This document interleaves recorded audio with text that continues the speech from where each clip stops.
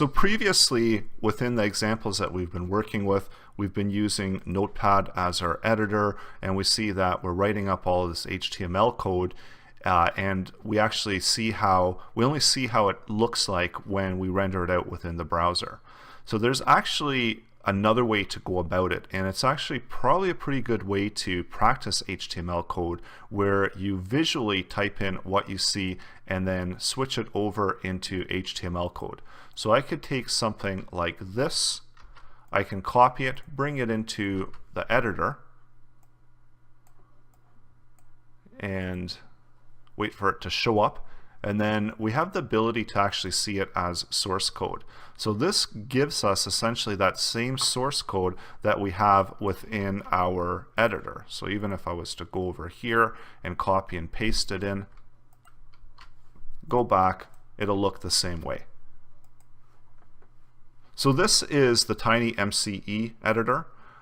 So there's a lot of different ones that are available, and this was just an illustration of just different ways to practice HTML. So if I was to go over here and if I was to bold it,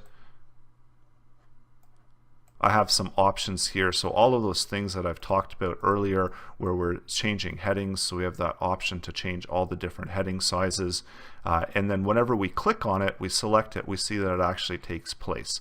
And then we can always go over and do source code to check out the different source code that's being applied in order to render it out in that type of format. And then this source code is all HTML code that we can then place within our editor and get it to look exactly the way that it's presented within the WYSIWYG editor.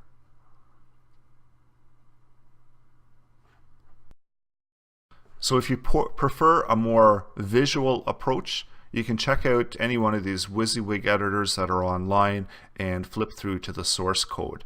Or if you want, you can also link to the WYSIWYG editor. I believe if you just copy this out, you have to update some of this here to get the more advanced editor that we're looking at now, but you can place this on your host and it'll automatically pull in the JavaScript files that are necessary and format your editor in a usable format. So I'm going to include a link for that in the upcoming lesson as well.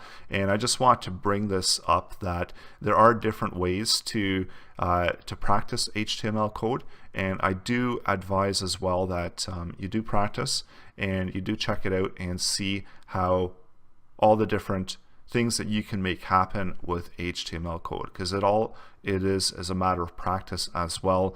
And that's why these editors are sometimes they're pretty good, because they give you the ability to do something visually and then go over, check the source code and see how it's actually written out. So if you forget how many H tags there are, you can see a sample of that here. If you forget how to do paragraph structure or emphasis or bolding as well, you can do that within the WYSIWYG editor and then take a look at the source code.